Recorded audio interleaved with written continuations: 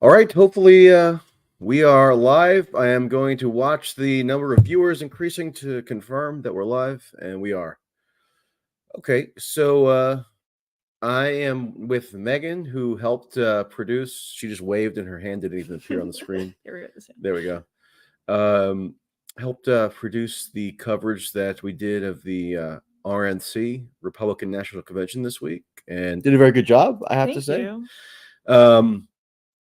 Definitely would not have been possible as a one-man thing. I mean, don't even get me started. I mean, sometimes they, and when I say they, I'm deliberately not specifying who I'm referring to, but sometimes people who want to send me out to do stuff want to have me have like those selfie sticks and can come up with all these cockamamie like one-man strategies for doing like video interviews and things. And it's usually not great. You usually need a second person, especially at something as chaotic, fast paced as a convention. Well, I was replaceable though on the floor when we had our Oh, floor should we reveal escort, that? who needed to film on my behalf because I was not allowed on the floor for the third and fourth day. We had a escort they were from the RNC, right?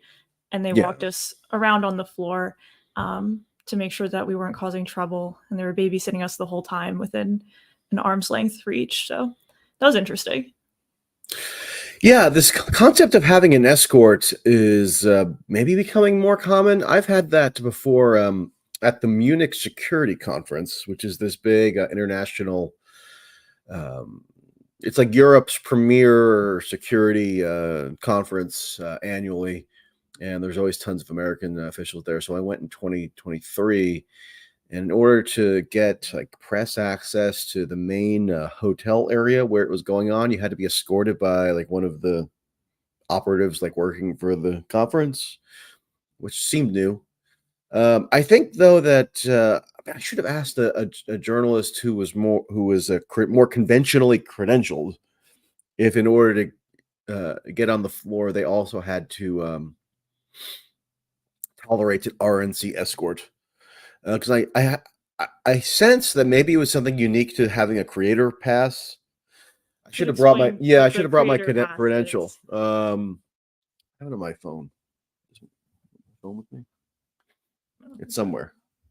I took a photo of it before. I had so we were credentialed as I guess I was credentialed as a creator. I don't know why I'm pronouncing it creator. I'm just to emphasize what I'm talking about, maybe. And the joke that I've used probably about 12,000 times that she has heard at least 12,000 times is that I responded when I received that credential that I only recognized one creator, and I pointed at the sky. And that joke actually has gotten some pretty good reactions, hasn't it? Yeah, at first some people were a little slow to react, but I had one person react as though they were genuinely appreciative of like my religiosity. Well, that was like the common theme, I feel like, throughout the whole convention. Yeah. Yeah, so I wonder if the escorted, and then that was another running gag because the title rude to call someone, they're like, "Oh, you're my escort." The first RNC person who was accompanying us on the floor, and when I say floor, like the convention, if you've never attended one, is structured where obviously you have the floor of the you have the floor of the convention, which is the place where like the delegates are seated and that you see on TV, people are waving the signs and everything. But to get on the floor, you have to have like a special extra degree of approval, right? You can't just waltz onto the floor. At least these days you can't. Maybe in the past it was different. Actually, I'm pretty certain in the past it definitely was different. It's much more micromanaged now.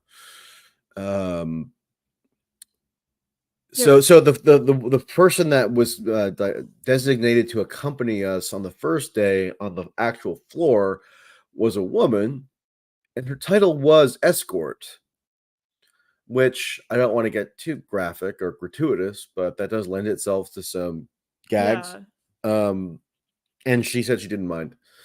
But then they There's like a gradually, male escort too. yeah, and then there was a male escort the following day. I should have referred to him as a male escort, actually, which would have been technically true. Yeah, but what happened was, so the first day we had pretty unimpeded access, where she followed me around and took video on the floor, and we had like 20 minutes. They could stretch it to 25. I thought it was actually gonna be 30, but they're very hyper stringent about it. It's almost like they are a little bit intoxicated on the power that they have to just direct people and control people's movements. I mean, there's no like real security rationale for limiting access to the floor, I don't think. I mean, you've gone through like a million layers of security already. Even exiting was really difficult when we wanted to leave the convention every day. They're like, no, you have to go to this point, you have to go around here. All the gates were set up, I thought, pretty arbitrarily, but I guess it was pretty secure. There's also a brigade of bikers. Oh yeah, do you have that video? I do, actually. Yeah, just play it on the screen. This is a low-tech affair, so yeah, there was I'm convinced that just to finish the previous point, I have a hunch, I'm not 100% sure on this, that because we were technically credentialed as creators. Okay, so there are these bikers, and they do chants and things.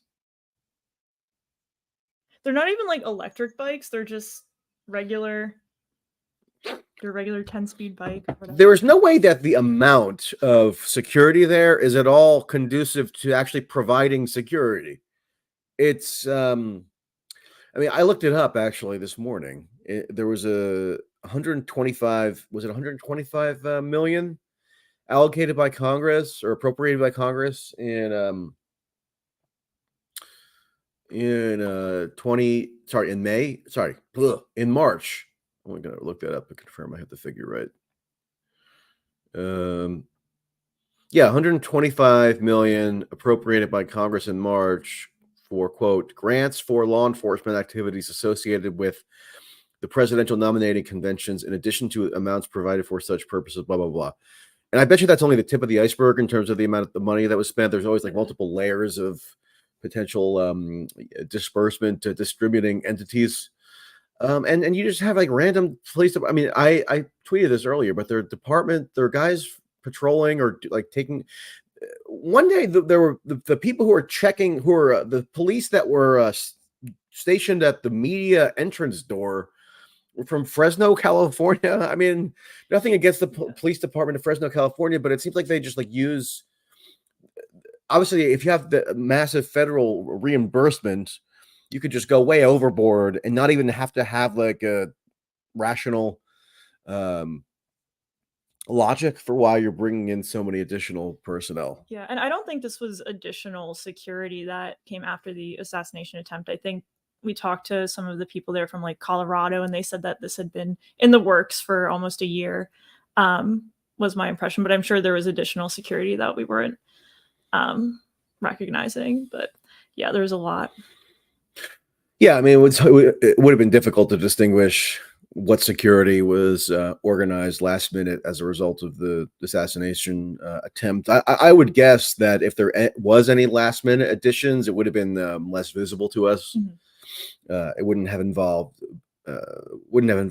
just extra, patrol units from random police departments. But yeah, I mean, just on the final day or 2 days, and I wasn't even really looking for it. I just noticed that there were police units from Fresno, California, McAllen, Texas, which is like almost Mexico, and Thornton, Colorado. Now, I just don't really get what the added benefit was, other than they have this money that was appropriated by Congress for reimbursement, and so that why the hell not? I mean, if you had to like ask whoever the coordinator was for these security logistics, like what the explanation was for why their presence was necessary, I doubt they could have given you a particularly sound explanation. But that's neither here nor there. Yeah, so we only got about 20-25 minutes. So what happened with our floor access is the first 2 days we were relatively unimpeded. Then on the third day, I wasn't allowed to have my camera person with me, so I had to go on the floor on my own with the RNC escort, who ended up having to be the one to take the video of me, which is so bizarre. Clearly was not as good as my video, but Oh, you noticed that? I don't want to be replaced by the RNC. Did you actually legitimately notice that it was less, It's probably the same. that it was more poorly filmed?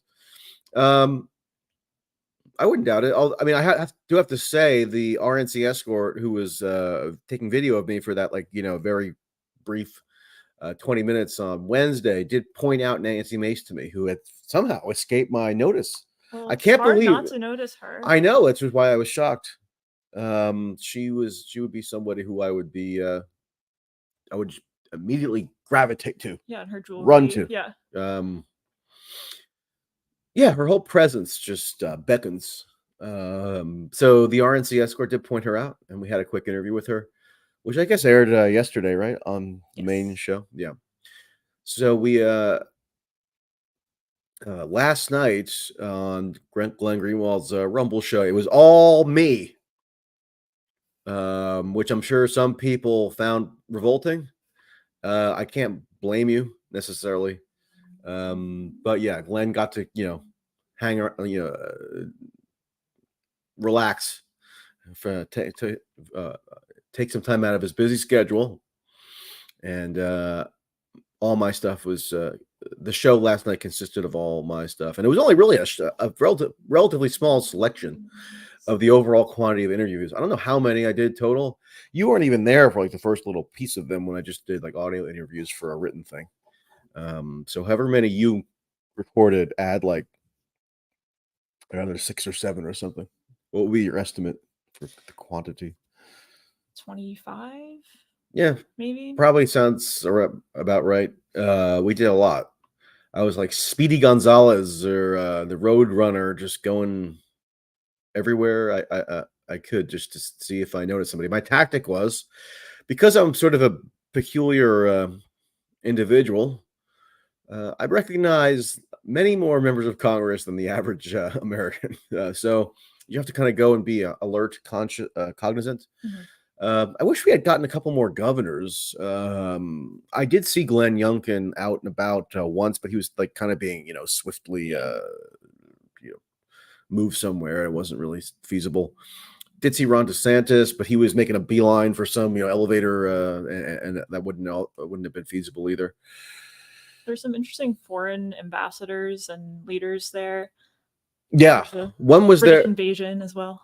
There was a UK Conservative Party splinter faction, or actually even the components of that faction don't particularly get along. I mean, Nigel Farage is not a member of the Conservative Party, but he was there. We did an interview with him.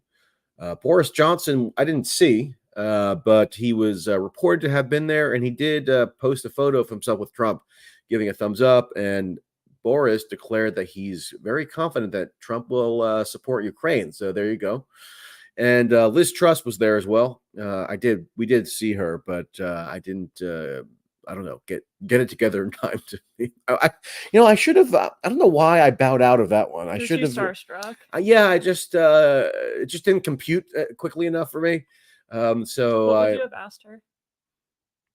The thing is, any question I would have asked her would have come off as incredibly rude, because she just lost her seat. She lost her parliamentary seat in extraordinary fashion for an ex-prime minister. Because in the British system, if you're a member of parliament, if you're the prime minister and you lose a general election, meaning your party loses its majority and you're no longer the prime minister, you can still remain in parliament, representing your constituency. So that's what Liz Truss. Liz Truss had been an MP ever since she resigned the prime ministership in November of 2022, I think, or October. And then in the most recent general election on the 4th of July, she lost her seat writ large. So she's unemployed, as far as I know. So I know I would have had to ask her about that. But I think it would have been come off as very rude. But what are you going to do? So maybe that was part of my hesitation. I'm not sure. I have to psychoanalyze myself, because normally I'm not. I don't hesitate like I did with her. I think it was also like toward the end of the night, I was a bit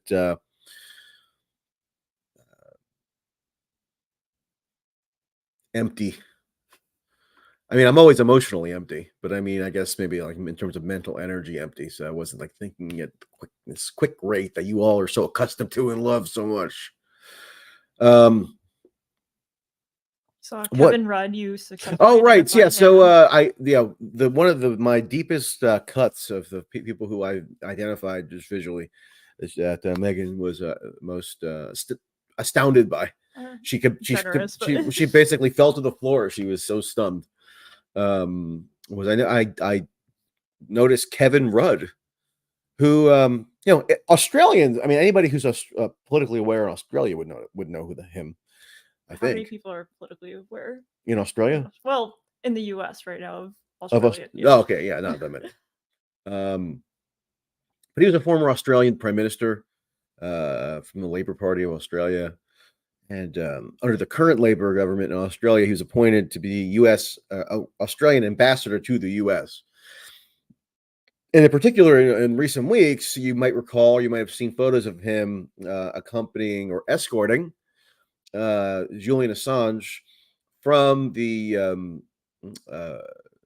I don't know if he was in the UK, meaning Kevin Rudd, but for sure once Assange arrived in the Northern Mariana Islands for his sole court appearance to finalize his plea agreement, Kevin Rudd was pictured alongside him. And then I believe also flew with him back to Australia, where Assange is a citizen. So obviously, I would have loved to talk to Kevin Rudd about that experience and his reflections on that. But unfortunately, as he explained to us, off camera, he just couldn't do it because he has to get approval for any media appearances because he's not his own boss as an ambassador. You got to go through like channels of authorization, and similar, I guess, for the South Korean ambassador to the U.S. who also declined an interview request. And then I also saw the Canadian ambassador gabbing it up with Mike McCall, a congressman and chairman of the House Foreign Affairs Committee. I would have asked the Canadian ambassador, I guess, for an interview, although I wouldn't have very much to ask them, I don't think. I mean, who cares? But yeah, there's a lot. It's interesting how the foreign presence at these conventions is interesting. Actually, the McCall's staff person mentioned that there was the State Department program that kind of organizes or coordinates like foreign delegations to attend conventions, just so I guess they can be observers of the American political process. Obviously, a lot of them are going to hold meetings and things and do whatever. So that's interesting to note. And another thing that we noticed is that the European Union held an event at the in Milwaukee on the outskirts, basically, of the convention area. We didn't get to actually go to the event. We tried to, but yeah, it just goes to show. I mean, it's maybe not the most natural fit, or wouldn't be instinctively what you think might happen, that the European Union would be hosting events at the RNC, but they're trying to. Anybody who has a stake in like American policy, like basically wants to have a presence if they can. And the EU clearly has a stake. Going back to asking interviewees about Julian Assange's plea deal, I thought it was interesting how, with the U.S. interviews that we got, I think we asked 3 people about Julian Assange's plea deal. It was Rubio, McCall, and someone else, and they were all pretty dismissive. They were like, "I don't know too much about that," or they had very negative feelings toward Julian Assange, which I thought, I mean, it's not surprising, but the way that they were sort of dismissive of the question was interesting, and that they seemed to not know a lot about it, or claimed to not know a lot about it. So they're like, "Oh, I don't know too much about that." I don't believe, yeah, which I don't believe. I mean, how could they not? It was a pretty big story when he was just released from prison and had the plea deal and everything. Yeah, I definitely asked Rubio about it, and McCall. Was there another one? Who's the third? I'm trying to remember now. There might have been a third.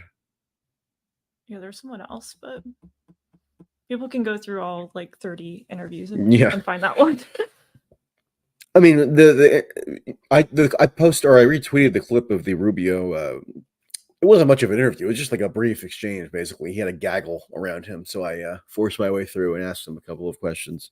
I don't know why I blurted out as my first question, like the strategic ambiguity with Taiwan. It's like that's too Yeah, complicated it's for too now. complicated to address at a convention. I'm not sure why exactly. You can just say no. I don't want to revise the strategic ambiguity policy to more explicitly affirm a U.S. policy commitment to wage war with China in defense of Taiwan. I mean, strategic ambiguity, for people who aren't aware, is kind of the shorthand encapsulation of quote unquote official U.S. policy regarding Taiwan, where, and this derives from the diplomatic opening with China from the 70s, and it's been kind of updated and tinkered with over the years with different legislative updates and whatnot. And it kind of boils down to what is referred to as strategic ambiguity, where the U.S. doesn't say outright one way or another what it would do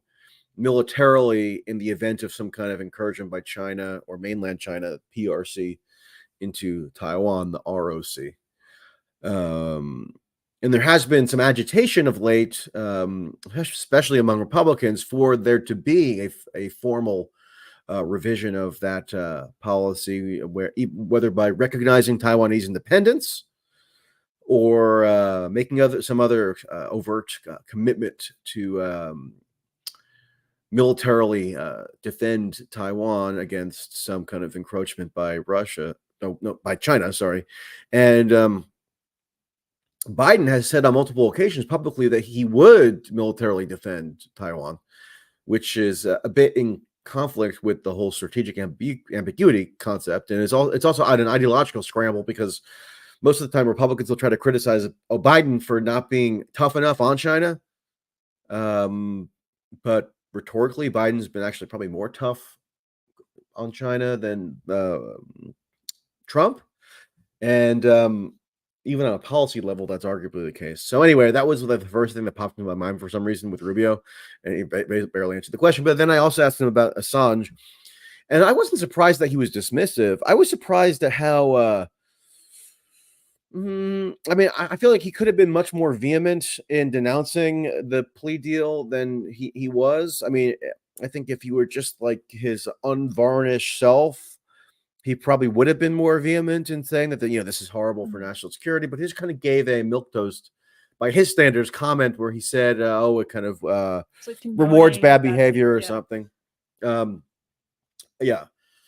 So I probably should have asked more people about the Assange thing, but I hadn't thought of it for a while, or I don't know how I came to think of it, but I'm just kind of in a fugue state at these things. So whatever kind of like pops into my head, I ask. There was a common thread throughout a lot of the interviews. You asked them if they believed that there was divine intervention involved in the Trump assassination attempt that spared his life.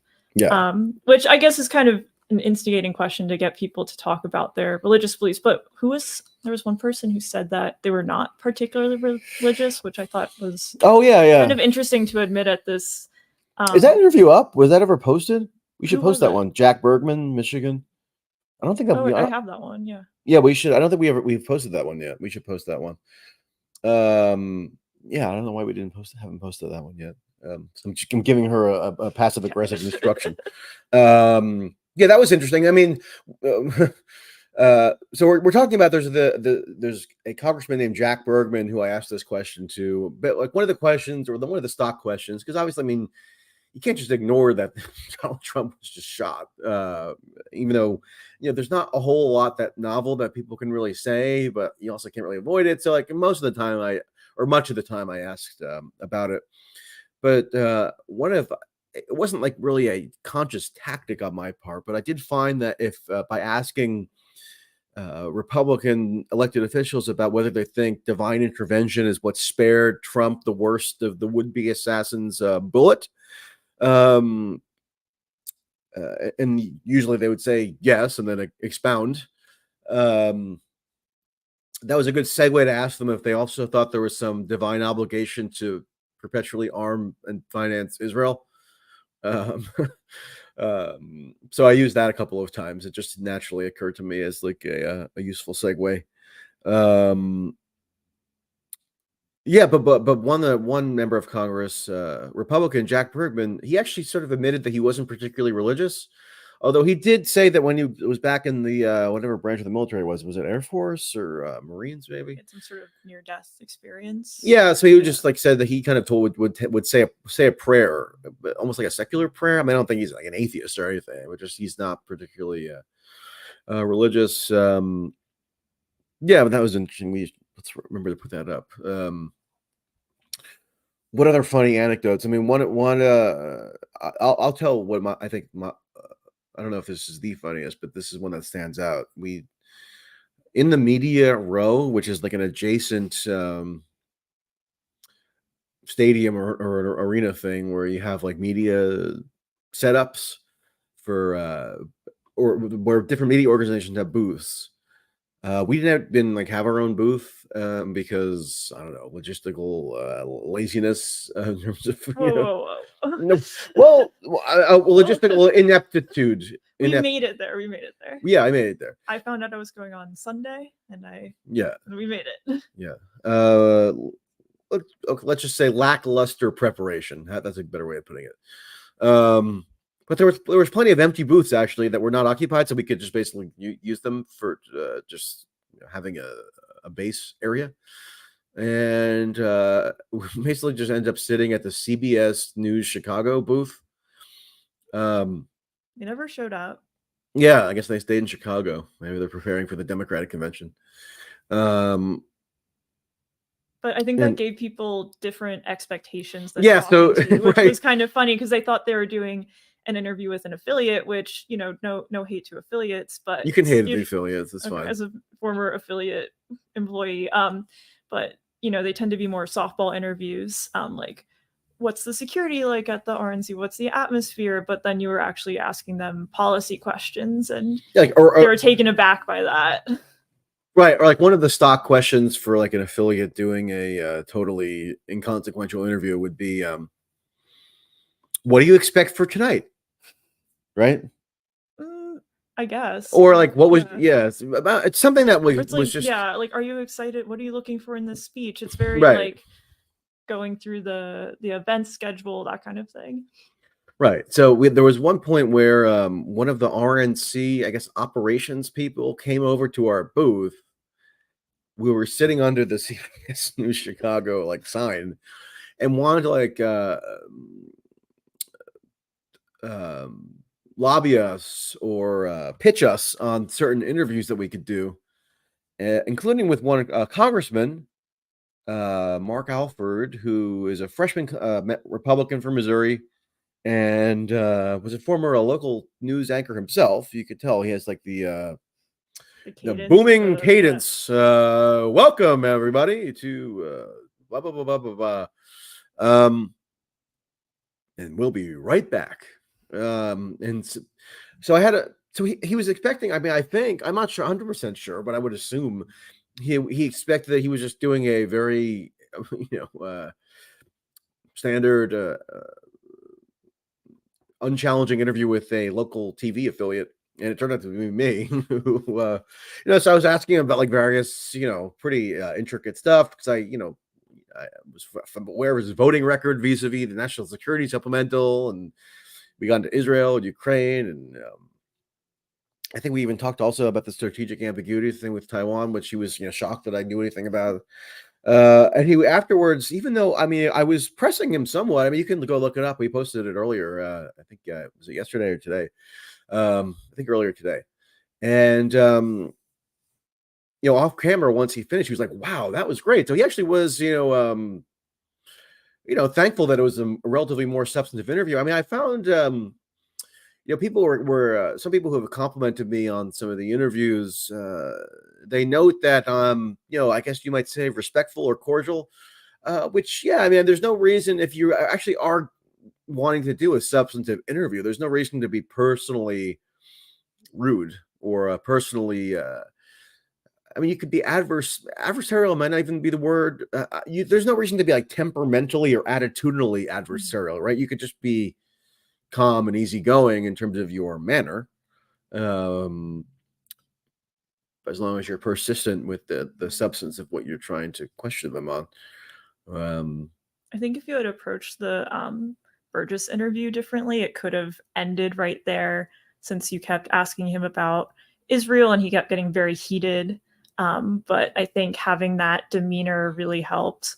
Just Burgess Owens. Yes, Burgess Owens. Yeah. So Burgess Owens is a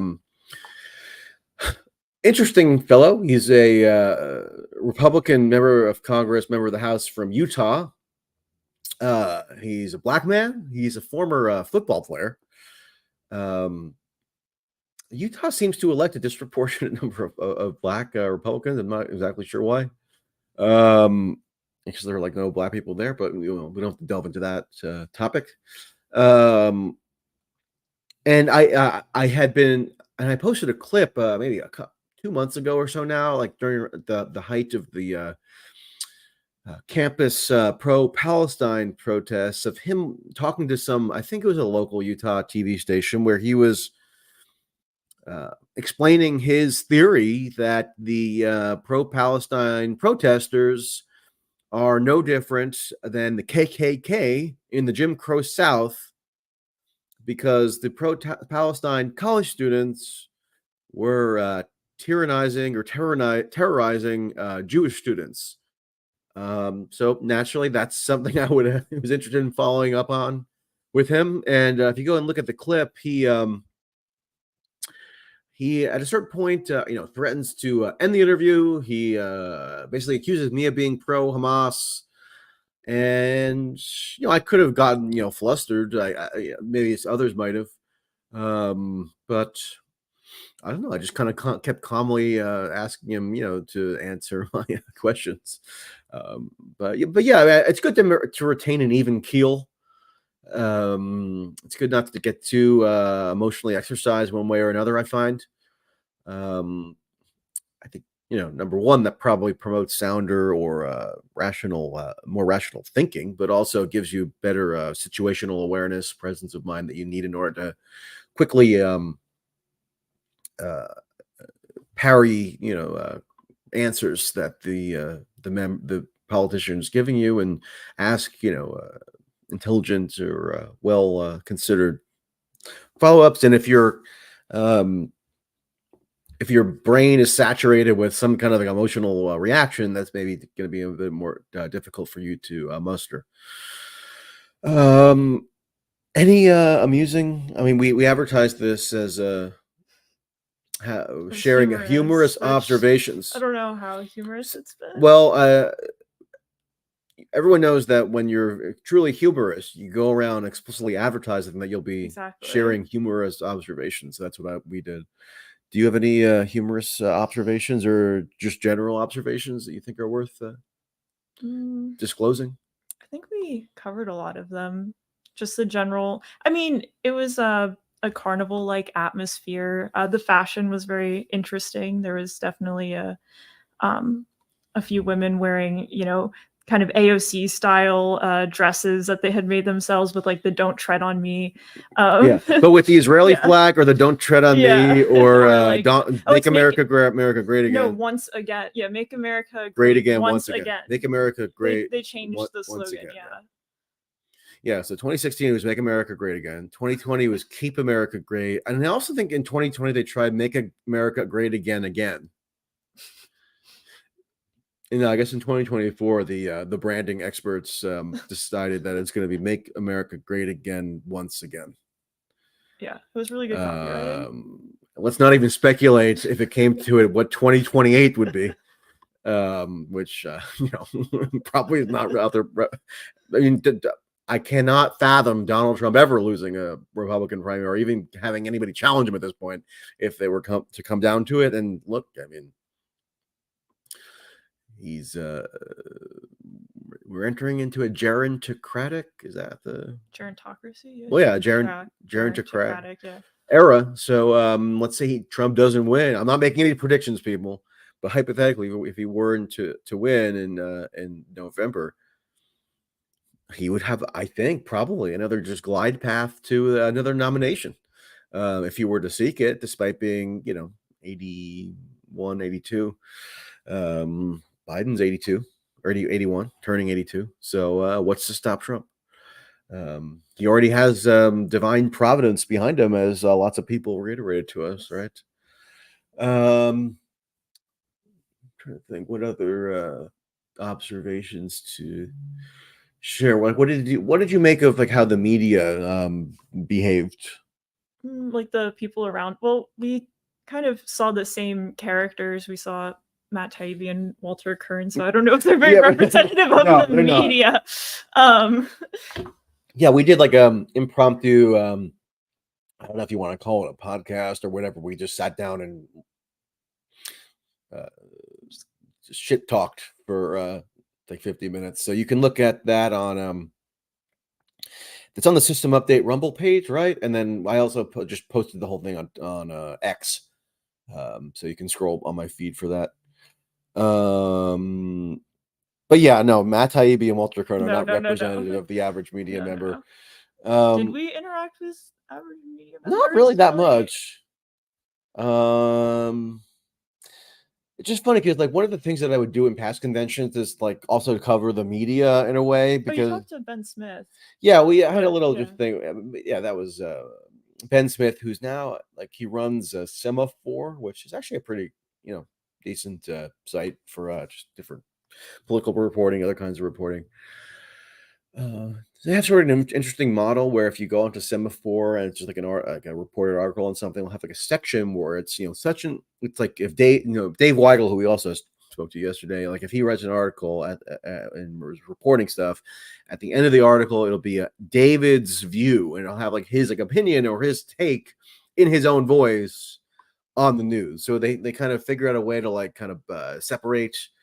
So they're not like disallowing the reporter from having an opinion or a point of view, but they're just kind of clearly demarcating between the expression of that view and then the reported material, which is kind of an interesting way to approach it. Yeah, so Ben Smith just kind of gave us his general sort of thematic assessments of the convention, as opposed, and contrasted it and compared it to other conventions he's attended. His belief was that this was the most unified, and I always kind of semi-resist using that term because it's like a cliche. The most unified Republican convention since 2004, and that seems like it's self-evidently true. I mean, number one, there was no real convention in 2020, so you can just kind of cross that off the list from due to COVID stuff. 2016, Ted Cruz, who was the runner-up in the primary, famously got up on stage without having endorsed Trump. So Trump couldn't even use at that point whether he had been endorsed by a person as criteria for whether they were permitted to speak or give a speech. Ted Cruz famously said, vote your conscience. So he didn't even endorse Trump in his convention speech, whereas Nikki Haley had a much less contentious or warmly received. Yeah, overall, and Nikki Haley had a much less cantankerous primary with Trump in 2024, even though lots of Trump MAGA people ended up hating her. And had already announced that she was going to vote for Trump. Now, I think announcing that you're going to vote for Trump and then endorsing Trump, I don't really fully understand what the distinction is supposed to be there. Because she declared that in May, and then at the convention speech, she officially declared that she endorses Trump. Like, what's the practical difference there? I'm not sure. But we were in the Creator Hub. You were there with me at that point. Yeah, we were in the Creator Hub for a bit while. And by the way, it's just embarrassing to be in the Creator Hub. Like, I mean, another joke another self-deprecating joke about me being labeled a creator is that what was the joke? Now I'm like Joe Biden at the beginning that but there's another one. Oh, there was it's more another... dignified. Oh yeah. So the title creator is more dignified than the title journalist. So that's the silver lining. But yeah, we were in that little hub with I don't know. I mean, I think the Creator Hub, I didn't really want to know what it was, who it was run by, but hopefully it was run by people who were like really into political betting markets. Yeah, this thing called Poly Market. Something like that. They had a Yeah, lot and of then they had merch, hats and things. and everyone was like 22. You have camo hats and yeah. Yeah, and everybody was and like I was in that hub place like when the first news notification came out that Vance was picked for VP. And these like 20 some early 20 guys were like really celebrating and hugging and high-fiving, and then I watching them and like they're definitely not celebrating because they just like JD Vance, or they like wanted him to pick because like they have the most political affinity for him. They were clearly celebrating because they made money off the bet that they had made, or their system that they have set up. But yeah, we were in there when Nikki Haley was giving her speech, and there was one guy, I guess he was a creator, who was just kind of maybe semi-drunkenly booing. I can't say for sure if he had, but they did have alcoholic beverages in the hub, and he was getting shushed by the woman sitting next to him. So there clearly was like a more that people wanted to at least be receptive to Nikki Haley proclaiming her unity. So get ready for I don't know whether she'll be in the administration or not this time around. I don't see why not. Trump almost appointed Mitt Romney the Secretary of State in after 2016, when Romney brutally trashed Trump, said he was a moral leper and all this. And hey, Nikki Haley was in the first Trump administration, so why not the second? I mean, my highly controversial view is that the best insight into what Trump is likely to do in a second term is what he did in the first term, rather than just like conjuring up crazy fantasies about stuff that you would like him to do or that you fear he might do. I mean, hey, we have 4 years worth of data. That's my point. So, I mean, it's not like it's 2016 where you're forced to just speculate. No, but I don't know. I'm a stickler for the record. What can I say? Oh, I had another point I was going to make. So being physically at a convention is a bit unusual because you don't experience the convention anything like how people who are watching at home experience it. I haven't seen any speeches except the 2 speeches that I made a point to sit and watch, which was JD Vance and then Donald Trump. And Nikki Haley. But I only really heard a snippet of it. Yeah. We weren't like sitting and watching it intently. Yeah, so I haven't seen the Tucker Carlson speech. I didn't see Mike Pompeo. I didn't see Marco Rubio or Tom Cotton or any of like the ordinary Americans who they had. I did watch. I didn't even see. I couldn't even hear Hulk Hogan when he was on. I did watch that one afterwards because I felt like I should watch that. And then I watched Franklin Graham. Actually, one of the observations I had on the final night was that the back-to-back Hulk Hogan and Franklin Graham combo is pretty much a perfect representation of the Republican Party. So kudos on that one.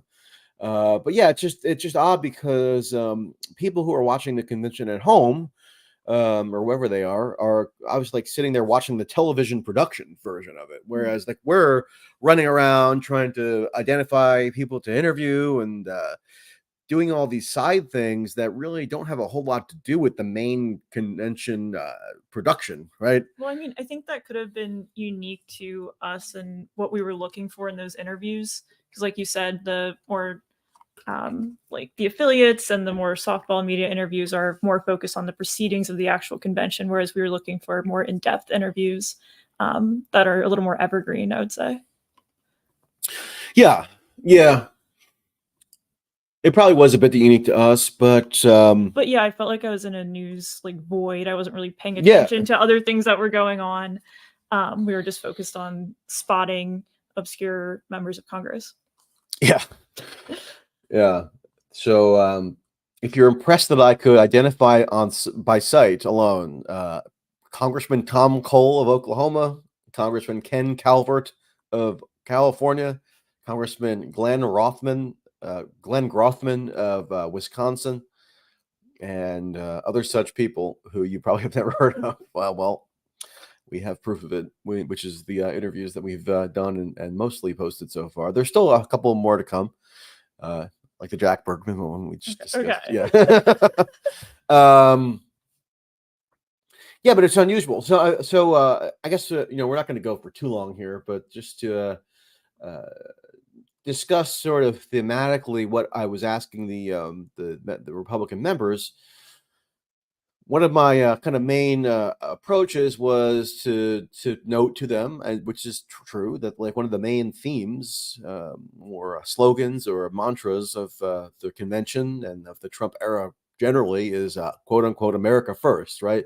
But the thing about America first is that can really mean just about anything. I mean, it's just kind of like a fun slogan that has the word America in it, so why not? And who would say no? We want America second.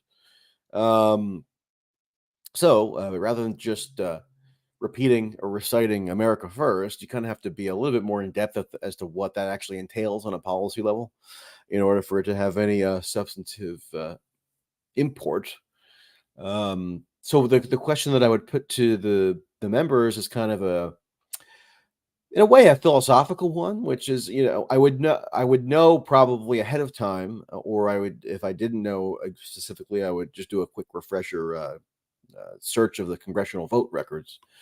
Um, if how they had voted on the various pieces of the national security supplemental bill in April, which, by the way, sorry if this offends anyone, and sorry if you're sick of me repeating this, but it happens to be true, and it happens to be the case that virtually no one seems to be aware of it or even care that it happened. But Trump orchestrated the passage through Mike Johnson, through his emissaries in the Senate, like Kevin Cramer, Lindsey Graham, and Mark Wayne Mullen, the passage of the nearly $100 billion national security supplemental bill in April that included the $61 billion for Ukraine, which is the largest ever disbursement of U.S. monies to Ukraine. But how that worked in April was that Mike Johnson, in what was kind of a darkly brilliant parliamentary procedure, he separated out the components of that bill into 4 different votes on so it was a separate vote on the Ukraine portion, the Israel portion, the so-called Indo-Pacific portion, and then a grab bag of other stuff that included, for example, the TikTok ban, and also like random, sanctions, different sanctions authorities and things. And then when it went to the Senate, it was packaged into the Senate as only 1 vote. So how that worked, I'm still not sure from on a parliamentary level. Although I did talk to Thomas Massey about it at the time, and he was a little bit bewildered, and he's on the rules committee of the House. I shouldn't say he was bewildered, but he noted the novelty of the parliamentary maneuver that Johnson went with, and it worked because Johnson, his aim clearly was to get the bill passed, and he got it passed. But anyway, I would basically from memory or with a quick refresher how these members of Congress voted on each portion.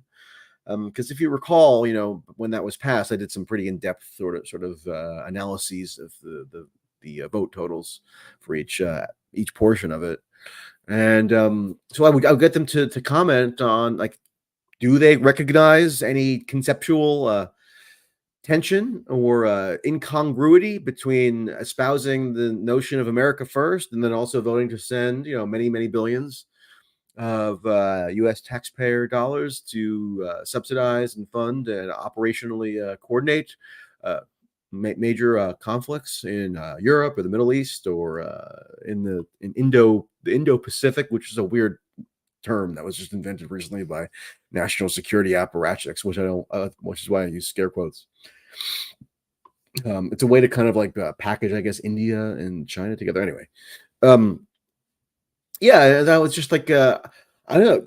I would probably guess that I was the only one at the convention who was inclined to ask them about that among the journalists. I mean, most of the time, what political reporters want to ask them about is just whatever the day's sort of gossip is. Which, hey, I'm not above that. But I don't know. I mean, if you have a rare these conventions only happen once every 4 years, and actually, it's been 8 years at this point, and you have basically almost the entire Republican Party in one spot, and you can just walk up to anybody that you notice and ask them a bunch of questions. I'm not going to ask them a question about I don't know, who do you want Trump to pick for VP, or like what do you think of Biden's latest stumble yesterday, or this other kinds of stuff that's very fleeting, or won't really last beyond this particular like one news cycle or something. I don't know. Do you think that there were many other people there who were asking questions along those lines? Not that I gathered. Again, I've been in, I feel like, a news void. Yeah. So, but I don't think so. I mean, I don't know. Yeah. Probably not. But yeah, not trying to butter myself up. I'm just trying to not give you gonna like give you too my much credit. my logic. No, but I don't think it deserve was a good approach, because also they weren't expecting it. So that's when you get sometimes the most, genuine off the cuff answers. Yeah. And so obviously, I mean, it was interesting for a lot of Republican members of Congress who are stalwart in their declarations of support for Israel, including sending weapons and different kinds of financial support. How they can, reconcile that with declaring America first. I mean, I guess you could make an argument that those are consistent concepts. I mean, it's plausible, but just to prompt them to at least attempt to articulate it, I think is a useful exercise, because otherwise, I mean, they just they're never really probed on it. And I think that's something worth probing, elected officials on, if they control the power of the purse, which Congress does. Yeah, definitely. Okay. Any concluding thoughts, or you're sick of this? I mean, I wouldn't blame you. Sick of it. No. Okay. I think, the questions that you asked were very pointed. I think it's important. I don't know how often they do think about, okay, well, what is America first? What is this thing that we're all rallying behind?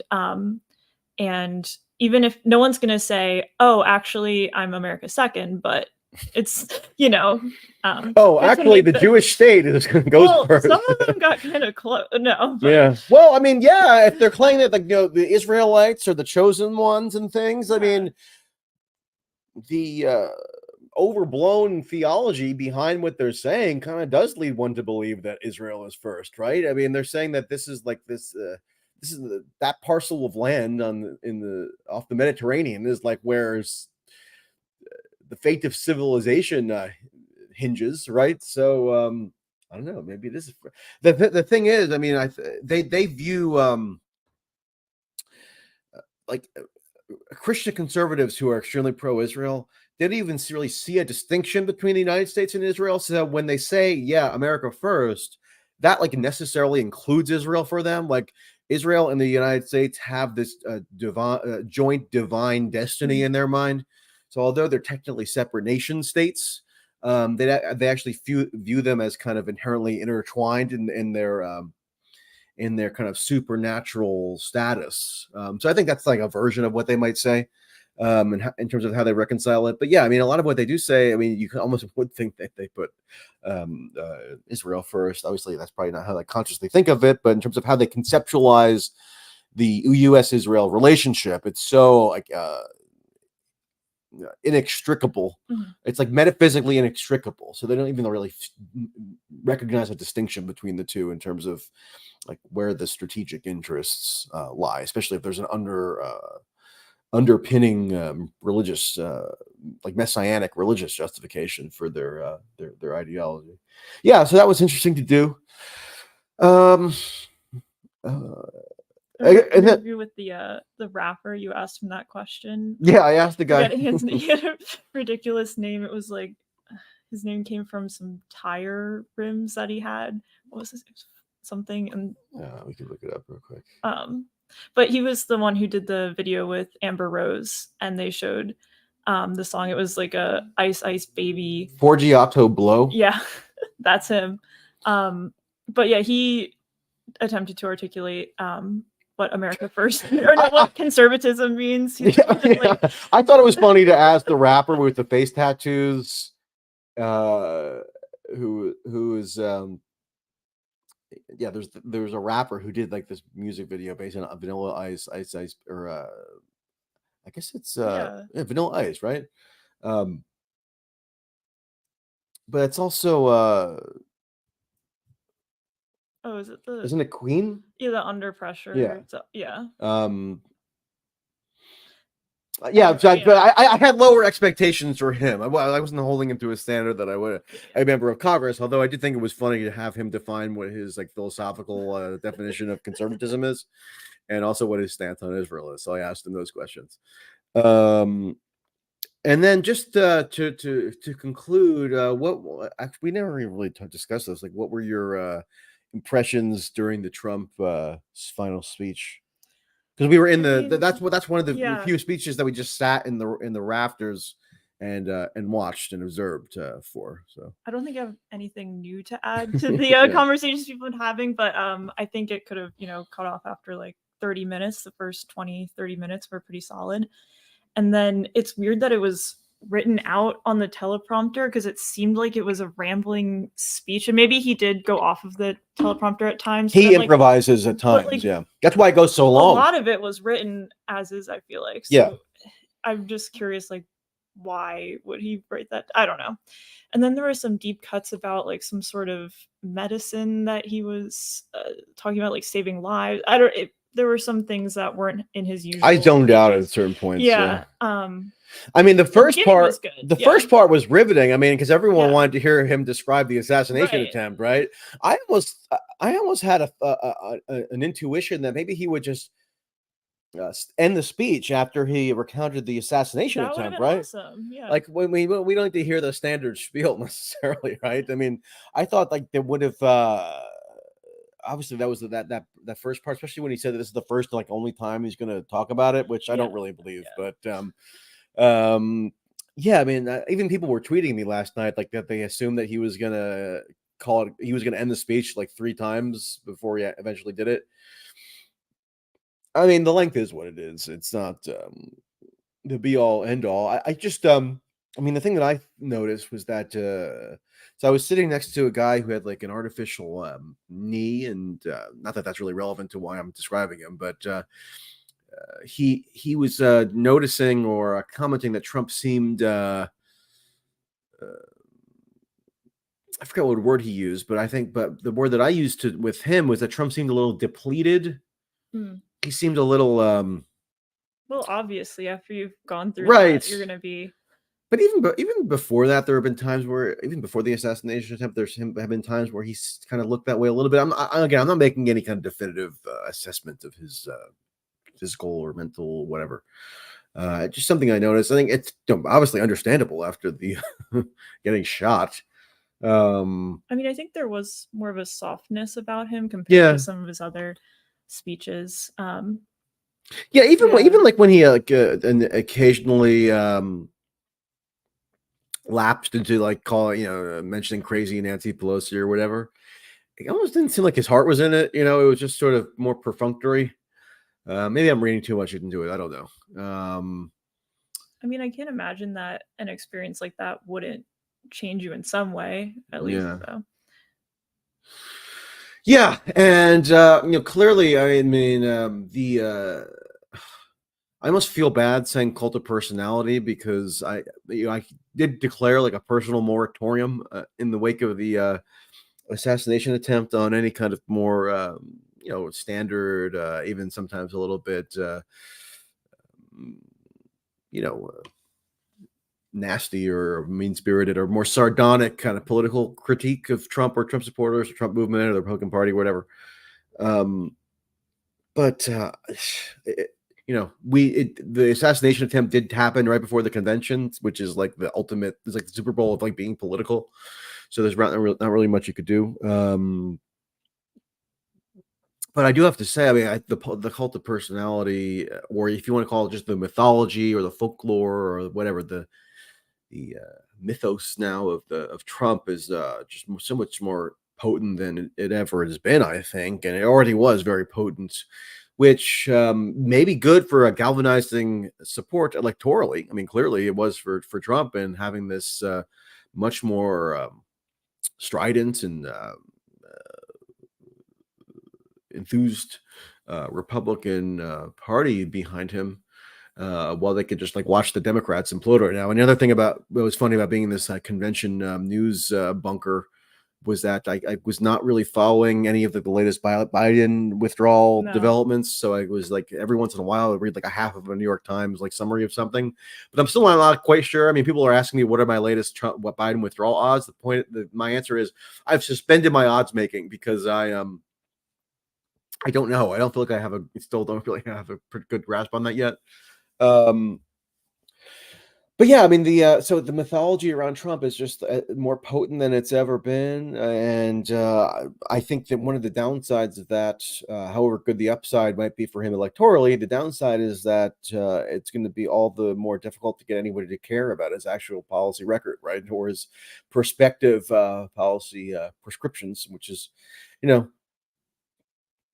part of why I took the approach that I did in asking people the questions I did, just as a very marginal or drop in the bucket corrective to some of that. But it's almost it's a fool's errand, probably overall. But hey, we're all stuck with whatever happens in this great United States of America. Okay, do you want to end by singing a duet of "Proud to Be an American" or "God Bless the USA"? Not particularly. From the lakes of Minnesota to the hills of Tennessee,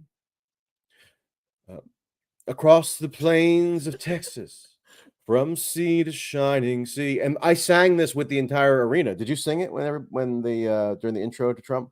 I sang the America the Beautiful at the end. Okay, I sang that as well, but I also sang Proud to Be an American. Yeah. From Detroit down to Houston, from New York to LA, there's living in every American heart, and it's time we stand and say, and I'm proud to be an American, where at least I know I'm free, and I won't forget the man who died who gave that right to me, and I'll proudly stand up next to you and defend her still today, 'cause there ain't no doubt I love this land. God bless the USA. Okay, there you go. I mixed it up at the end. I mean, how could you not belt that with the entire crowd? That's a good one. Yeah. I mean, I did post a clip earlier from C-SPAN at the 2000 Republican convention where Lee Greenwood also sang "God Bless the USA" (parentheses proud to be an American) with Dick Cheney on stage. So if you thought that you were witnessing something novel and new and like emblematic of some cultural shift in the Republican Party with the "proud to be an American" thing, you were mistaken. You had another take on some of the song choices. Don't Stop Thinking About Tomorrow. Right. So there was So after Vance's speech, which I actually thought was pretty well crafted, just on a performative level, whatever my other thoughts are on Vance. If you notice, I mean, I'm not sure if they played if they showed this on TV or not. I would assume they did, but I don't know. The live band played an instrumental version of "Don't Stop Thinking About Tomorrow." So don't stop thinking about tomorrow. Performance here. Don't stop. It will soon be here. So that was I immediately thought that I mean, anybody who's older and was like even a little bit politically conscious knows that was the Bill Clinton anthem from 1992, and I think he also used it in '96.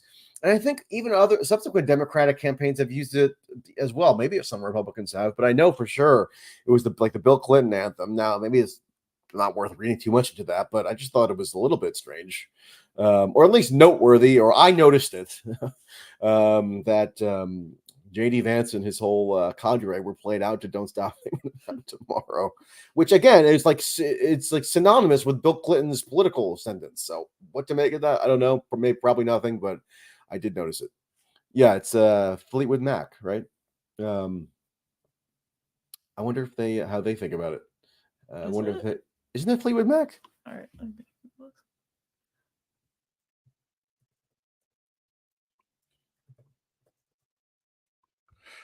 Yeah, Fleetwood Mac.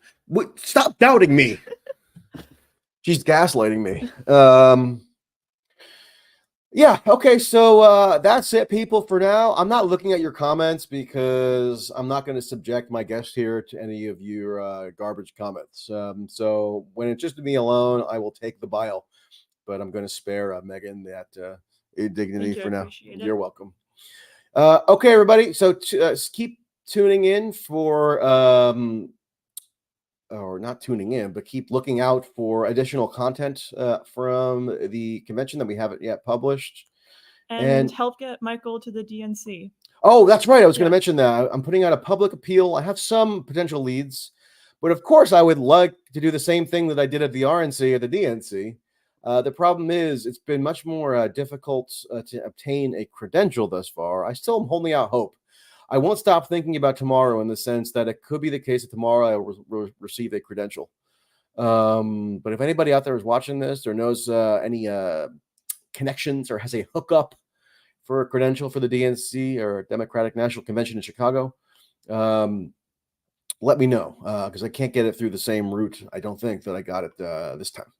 And the I don't know, the deadlines were much earlier for the DNC. It's creepy. I mean, actually, that should be examined a little bit more in depth as to how that whole thing is being organized. And next week there could be a surprise, right? That I'm not going to reveal yet. Maybe, but keep watching System Update. Yeah, keep watching that, and for more stuff to come. All right, everybody. This was oh, is that the real Jimmy Dore? Maybe. Somebody says they have credentials. I'm going to ask. This is Megan from the System Update crew. This is her first major. This is the first time you've gone out and like done something reportorially for System Update. Actually, my first day, I don't know if this counts. I went to Columbia protest, but that's that right. was like that works. No, that's hey, that's that's a quick walk away. But that counts. Yeah. Your first big this is my trip. First, yeah. Okay. So thank you to Glenn and the System Update team for sending us here. All right, let's not go overboard. And yeah, we'll talk to you all later. Goodbye.